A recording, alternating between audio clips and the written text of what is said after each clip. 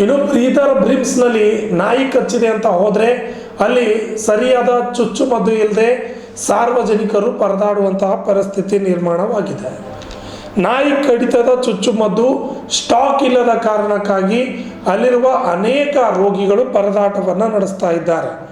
ಹುಚ್ಚುನಾಯಿ ಕಡಿಸಿಕೊಂಡ ವ್ಯಕ್ತಿಯೋರ್ವ ಬ್ರಿಮ್ಸ್ ಆಸ್ಪತ್ರೆಗೆ ಬಂದಾಗಲೇ ಹುಚ್ಚುನಾಯಿ ಕಡಿತದ ಚುಚ್ಚುಮದ್ದಿನ ಶಾರ್ಟೇಜ್ ವಿಷಯ ಬೆಳಕಿಗೆ ಬಂದಿದೆ. ಇದರ ಬಗ್ಗೆ ಒಂದು ವರದಿ ಇದೆ, ನೋಡ್ಕೊಂಬನ್ನಿ. ಹುಚ್ಚುನಾಯಿ ಕಡಿತದ ಚುಚ್ಚುಮದ್ದಾದ ಇಂಜೆಕ್ಷನ್ ರಾಬಿಸ್ ಹಿಮೋಗ್ಲೋಬಿನ್ ಸ್ಪಾಟ್ ಅನ್ನೋ ಬ್ರಿಮ್ಸ್ನಲ್ಲಿ ಇಲ್ಲವೇ ಇಲ್ಲ. ಇದನ್ನು ರೋಗಿಯಿಂದ ತರುವಂತೆ ರೋಗಿಗಳಿಗೆ ಚೀಟಿ ಬರೆದು ಕೊಡುವ ಸಿಬ್ಬಂದಿಗಳು ಕಳೆದ 2 ತಿಂಗಳಿಂದ ಈ ಇಂಜೆಕ್ಷನ್ ಬ್ರಿಮ್ಸ್ನಲ್ಲಿ ಶಾರ್ಟೇಜ್ ಇದೆ. ಮಾರುಕಟ್ಟೆಯಲ್ಲಿರುವ ಮೆಡಿಕಲ್ನಲ್ಲಿ ಇಂಜೆಕ್ಷನ್ ಒಂದಕ್ಕೆ ಬರೋಬ್ಬರಿ 2314 ರೂಪಾಯಿ ದರವಿದ್ದು ಹೊರಗಡೆಯಿಂದ ತರುವಂತೆ ಚೀಟಿ ಬರೆದು ಕೊಡುವ ಸಿಬ್ಬಂದಿಗಳಾಗಿದ್ದಾರೆ. ಅವರ ತಾಲೂಕಿನ ಮಸ್ಕಲ್ ಗ್ರಾಮದಲ್ಲಿ ಹುಚ್ಚುನಾಯಿ ಕಡಿತಕ್ಕೆ ಒಳಗಾದ ರಮೇಶ್ ಮಸ್ಕಲ್ ಅವರಿಗೆ ಸಂತಪುರ ಆರೋಗ್ಯ ಕೇಂದ್ರದಿಂದ ಬೀದರ್ ಬ್ರಿಮ್ಸ್ಗೆ ರೆಫರ್ ಮಾಡಲಾಗಿದ್ದು, ಹುಚ್ಚುನಾಯಿ ಕಡಿತದ ಇಂಜೆಕ್ಷನ್ಗಾಗಿ ಬಂದ ರಮೇಶ್ ಯಡ್ಗಾಪುರ್ ಬೀದರ್ ಬ್ರಿಮ್ಸ್ನಲ್ಲಿ ಕಳೆದ 2 ತಿಂಗಳಿನಿಂದ ಇಂಜೆಕ್ಷನ್ ಇಲ್ಲ ಎಂದು ಸಿಬ್ಬಂದಿ ಮಾಹಿತಿ ನೀಡಿದ್ದಾರೆ. ಇಂಜೆಕ್ಷನ್ ಸಿಗದ ಹಿನ್ನೆಲೆಯಲ್ಲಿ ಬ್ರಿಮ್ಸ್ ವಿರುದ್ಧ ಆಕ್ರೋಶವನ್ನು ವ್ಯಕ್ತಪಡಿಸಿದ್ದಾರೆ. Basavaraj Pujari, RJ32 Kannada news, Bidar.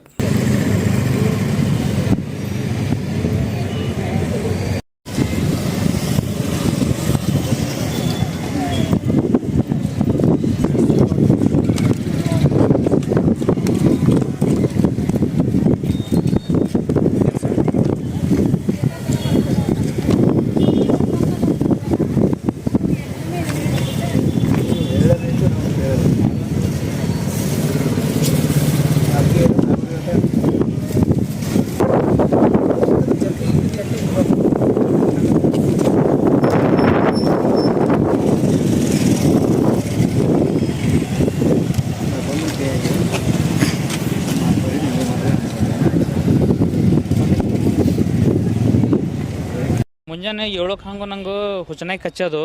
ಆ ಹುಚ್ಚುನಾಯಿ ಕಚ್ಚಿದ ನಂತರ ನಾನು ಏನು ಮಾಡಿದೆ, ಸಂತಪುರ ಗೌರ್ಮೆಂಟ್ ಹಾಸ್ಪಿಟಲ್ಗೆ ಬಂದಿದ್ದೆ. ಅವ್ರು ಏನು ಮಾಡಿದ್ರು, ಬೆಳಗ್ಗೆ ನಂಗೆ ಇಂಜೆಕ್ಷನ್ ಕೊಟ್ಟರು. ಆಮೇಲೆ ಡೇಟ್ ವೈಸ್ ಹಾಕ್ಕೊಟ್ರು. ಒಂದು ತಿಂಗಳದು 3 ದಿವ್ಸಕ್ಕೊಂದು ಸತಿ, 4 ದಿವ್ಸಕ್ಕೊಂದು ಸತಿ ಹಿಂಗೆ ಸಂತಪುರ ದವಾಖಾನೆ ಹಾಕ್ಕೊಟ್ರು. ಅದು ಹುಚ್ಚುನಾಯಿ ಕಚ್ಚಿದ್ರಿಂದ ಅದು ಇಂಜೆಕ್ಷನು ಬೀದರ್ ಗೌರ್ಮೆಂಟ್ ಆಸ್ಪತ್ರೆಗೆ ಬಿಟ್ಟು ಬೇರೆ ಹೊರಗೆ ಎಲ್ಲಿ ಭೀ ಸಿಗಲ್ಲ ಅಂತ ಹೇಳಿದ್ರು. ಅದ್ರ ಕಡೆಯಿಂದ ಏನು ಮಾಡಿದೆ, ಮುಂಜಾನೆ ಸಂತಪುರ ದವಾಖಾನೆ ಹೋಗಿ ಆ ಹಾಸ್ಪಿಟಲ್ನ ಚಿಟ್ಟಿ ಮಾಡಿಕೊಟ್ರು. ಆಮೇಲೆ ನಾನು ಬೀದರ್ ಹಾಸ್ಪಿಟಲ್ಗೆ ಬಂದ. ಬೀದರ್ ಹಾಸ್ಪಿಟಲ್ಗೆ ಬಂದು ಅಲ್ಲಿ ಮೇಡಮ್ ಅವ್ರಿಗೆ ತೋರ್ಸೋ ಏನು ಮಾಡಿದ್ರು, ಇಲ್ಲಿಂದ ಚಿಟ್ಟಿ ತೊಗೊರಿ ಅಂತ ಹೇಳಿದ್ರು. ನಾ ಚಿಟ್ಟಿ ತೊಗೊಂಡು 27 ರೂಮ್ ನಂಬರ್ಗೆ ಹೋದ. ಅವ್ರು ಏನು ಮಾಡಿದ್ರು, ಸಂತಪುರ ಡಾಕ್ಟರ್ ರೆಫರ್ ಮಾಡಿ ರ್ಯಾಬಿಡ್ಸ್ ಹುಚ್ಚುನಾಯಿ ಕಚ್ಚಿದ್ರೆ ರ್ಯಾಬಿಡ್ಸ್ ಇಂಜೆಕ್ಷನ್ ಇದು ತೊಗೊರಿ ಅಂತ ಹೇಳಿದ್ರು.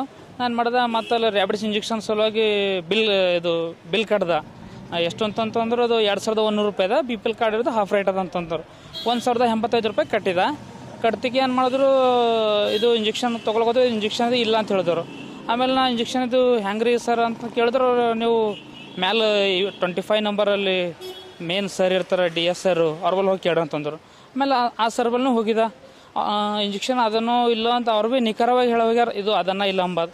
ಆಮೇಲೆ ಮತ್ತು ನಾನು ನೆಕ್ಸ್ಟ್ ಪುನಃ ತಿರುಗಿಲ್ಲ ಬಂದ. ಸರ್ ನಂಗೆ ಇದು ಮುಂಜಾನೆ ಹುಚ್ಚುನಾಯಿ ಕಚ್ಚ ಸರ್, ಮತ್ತು ಇಷ್ಟು ಕಚ್ಚ ಸರ್, ನೋಡಿರಿ ಸರ್ ಇಂಜೆಕ್ಷನ್ ಅದು ಇಂತಿಷ್ಟು ಟೈಮಿನ ಒಳಗೆ ಅದು ಇಂಜೆಕ್ಷನ್ ತೊಗೋಬೇಕು ಅಂತ ಹೇಳಿದ್ರು. ಆಮೇಲೆ ಅವರು ಹೇಳಿದ್ರು, ಇದು ಇಂಜೆಕ್ಷನ್ ಇದು 2 ತಿಂಗಳು ಹಿಡಿದು ಇದು ಇಲ್ಲ ರೀ ಅಂತ ಹೇಳಿದ್ರು. ಸರ್ ಇವಾಗ ಹೆಂಗೆ ರೀ ಅಂತಂತಂದ್ರೆ, ನೀವು ಹೊರಗೆ ಹೋಗಿ ತೊಗೊಂಡು ಬರ್ರಿ, ನಾ ಮಾಡ್ತಾರಿ ಅಂತ ಹೇಳಿದ್ರು. ಸರ್ ಮತ್ತು ಇದಕ್ಕೆ ಹೆಂಗೆ ಮಾಡ್ಬೇಕು ಅಂತಂತಂದ್ರೆ, ನೀವು ಮ್ಯಾಲಿನ ಸರಿ ಕೇಳ್ರಿ ಅಂತ ಅವ್ರು ಹೇಳಿದ್ರು. ಸರ್ ಈಗ ಸರ್ ನಾನು ಏನು ಮಾಡಿದೆ, ಈಗ ನಾ ರೊಕ್ಕ ತೊಗೊಂಡು ಸರ್ ಪ್ರೈವೇಟ್ ಪ್ರಭು ಮೆಡಿಕಲ್ದಿಂದ ಸರ್ ಅದು ಇಂಜೆಕ್ಷನ್ ತೊಗೊಂಡು ಬಂದಿದೆ ರೀ. ಮತ್ತು ಭೀ ಸರ್ ಇಲ್ಲಿ ಎಲ್ಲ ಬಡ ಜನರಿಗೆಲ್ಲ ಸರ್ ಹಿಂಗೆ ಗೌರ್ಮೆಂಟ್ ದವಾಖಾನೆಗೆ ಇಂಜೆಕ್ಷನ್ ಇಲ್ಲ ಅಂತಂದ್ರು ಎಲ್ಲ ಪ್ರೈವೇಟ್ದಾಗೆ ತೊಗೋಬೇಕಂತ ಸರ್. ಮತ್ತು ಗೌರ್ಮೆಂಟ್ ದವಾಖಾನೆ ಇದ್ದಿಂದ ಏನು ಸರ್ ಅದು ಬಡವರಿಗೆ ಅದ್ರ ಉಪಯೋಗ ಆಗಬೇಕಲ್ಲ ಸರ್. ಅದ್ರ ಕಡೆಯಿಂದ ಸರ್ ದಯವಿಟ್ಟು ಇವಾಗಾರ ಆಯಿತು, ಮುಂದಾದರೂ ಏನೇ ಎಮರ್ಜೆನ್ಸಿ ಇವೆಲ್ಲ ಹೇಳಿ ಕೇಳಿ ಆಗೋಲ್ಲ ಸರ್. ಅದ್ರ ಕಡೆಯಿಂದ ದಯವಿಟ್ಟು ಏನೇನು ಅವಶ್ಯಕತೆ ಅದ ಅದೆಲ್ಲ ಇಷ್ಟಾಕ ಇಡಬೇಕಂತ ಕೇಳ್ಕೊತೀವಿ ರೀ.